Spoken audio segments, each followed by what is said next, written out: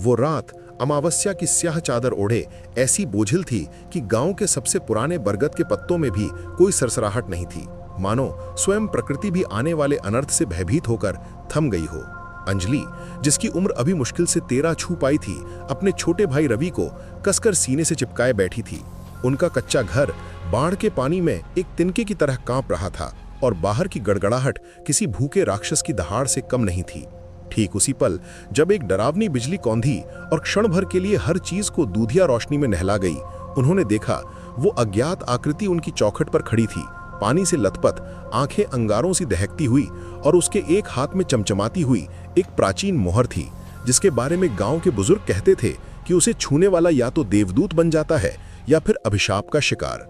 अंजलि की मां ने हमेशा सिखाया था कि मुश्किल समय में साहस ही सबसे बड़ा हथियार होता है, पर इस क्षण उसका सारा साहस बर्फ की तरह जम चुका था। वो आकृति धीरे धीरे 1-1 इंच आगे बढ़ रही थी और कमरे में मिट्टी के तेल की एकमात्र ढिबरी की लौ भी डर के मारे फड़फड़ा रही थी। रवि ने डर के मारे सिसकना शुरू किया। उसकी छोटी उंगलियां अंजलि के कुर्ते को कसकर जकड़े हुई थीं, और तब अंजलि ने देखा आकृति के दूसरे हाथ में एक पुराना जर्जर नक्शा था, जिस पर लाल स्याही से एक निशान बना था जो सीधे उनके घर की नींव की ओर इशारा कर रहा था।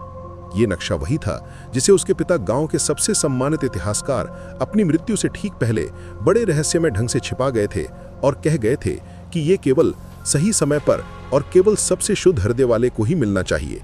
अंजलि को अचानक एक बात याद आई जो उसकी दादी ने फुसफुसाते हुए कही थी, जब जल प्रलय आए और अंधेरा सबसे घना हो तो पुराने कुएं की तीसरी ईंट को छूना वही तुम्हें बचाएगा। अब समय नहीं था सोचने का कि यह आकृति कौन है, कोई चोर, कोई आत्मा, या शायद वही जिसके बारे में पिता ने चेतावनी दी थी। उस भयंकर शोर में अंजलि ने रवि को जमीन पर लिटाया और बिना किसी आवाज के रेंगती हुई रसोई के पिछले हिस्से की ओर बढ़ी जहां कुआं था। उसकी हर सांस उसके कान में ढोल की तरह बज रही थी और उसके दिल की धड़कन इतनी तेज थी कि उसे लगा कि वो आकृति उसे सुन लेगी। जैसे ही वो कुएं तक पहुंची, पानी का स्तर कमर तक आ चुका था और उसे तीसरी ईंट टटोलने में कुछ पल लगे। जब उसकी उंगली ने उस ठंडी काई लगी ईंट को छुआ तो एक अजीबोगरीब धात्विक क्लिक की आवाज आई और जमीन हिलने लगी। सामने की दीवार में एक गुप्त दरवाजा खुल गया, जिसके अंदर से एक तेज नीली रोशनी बाहर आई, जिसने एक क्षण भर में उस डरावनी आकृति को पीछे धकेल दिया।